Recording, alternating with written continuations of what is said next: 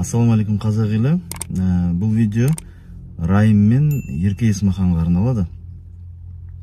Енді бір апта мен инстаграмдан қарайсың ғой, басқа да парақшаларда.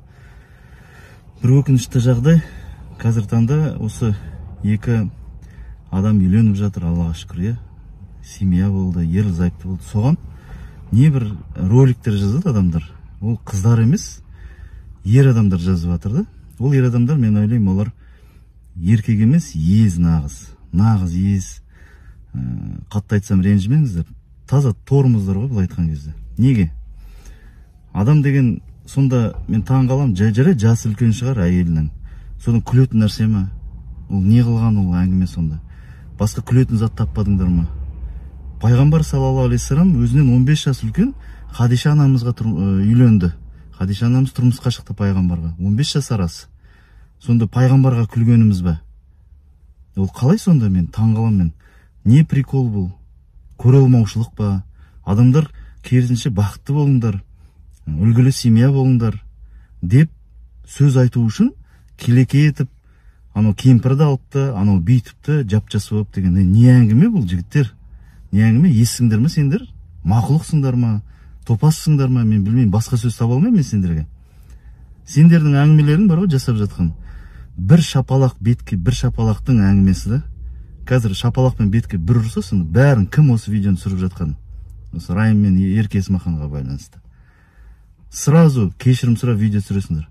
Талай жігіттер бар ғой, беткүстар, көшені көрген жігіттерді, үлкен әйелдерді алып жатыр. Олар туралы неге видео түсірмейсіздер? Өйткені қорқасыздар. Өйткені артыңызды ойлайсыздар. Өйткені сіздер нағыз иесіздер. Райым сендерге әңгіме айта алмайтын білгеннен кейін сөйтіп атсыздар ма? Айналып кетейін, ол да ер азамат. Мен Райымды былай өмірімді көрген емеспін, Ерке Есмаханды өмірімді көрген емеспін. Ән айтады, естігім. Бұл айтқан кезде просто жанашыр ретінде айтқым келеді да, қазақ ретінде. Айналайын бауырлар, қойыңдар. Бұларың не? Ұят емес пе? Біреудің семьяларында ақыларың қанша жігіттер? Бұл әйелдер жасап жатса. Сендер ерсіңдер ғой? Әлде қатынсыңдар ма? Қойыңдар жігіттер, ондай роликтер жасап, келеке қылып, күлкі қылып, еще соны жан жаққа жібереді, барлығы қарқ етіп күледі. Неменеге жетісіп күліп отырсыңдар деймін да? Сенің де қызың бар ертең тұрмысқа шыға алмай жүрген. Біреуге тұрмысқа шығар.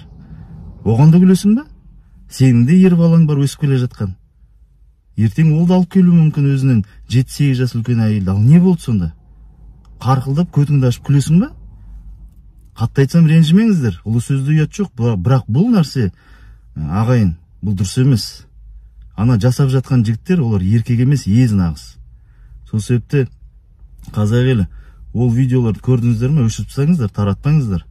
Одан кейін оған күлмей қойыңыздар. Өйткені ар жақта тағдыр бар бізді күтіп отқан. Не күтіп отыр бізді?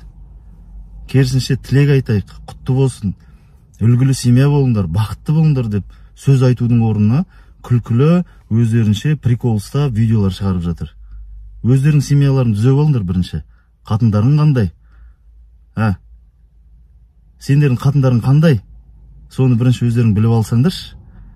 Өздерің қандайсыңдар? Бала шағаларды қалай тәрбиелеп жатсыңдар?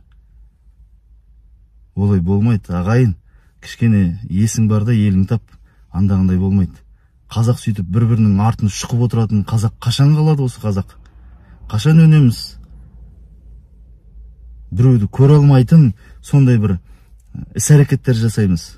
Еще басқаларды кінәлаймыз. Анау кінәлі, билік кінәлі, тағы да басқа, мен емес.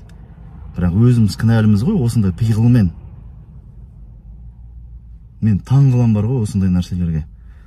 Мен Райымнан да келіп кетер ештеңе жоқ. Мен оны танымаймын, ол да мені танымайтын шығар. Бірақ жігіттер бұндайды қойыңдар. Бақытты болсын деңдер. Үбірлі-шүбірлі сондай бір, солардан бір салихал ұрпақ тараса екен деген сондай бір тілек айтпайсыңдар ма? Алладан қорқыңдар жігіттер, ондай болмайды. Аман болыңдар.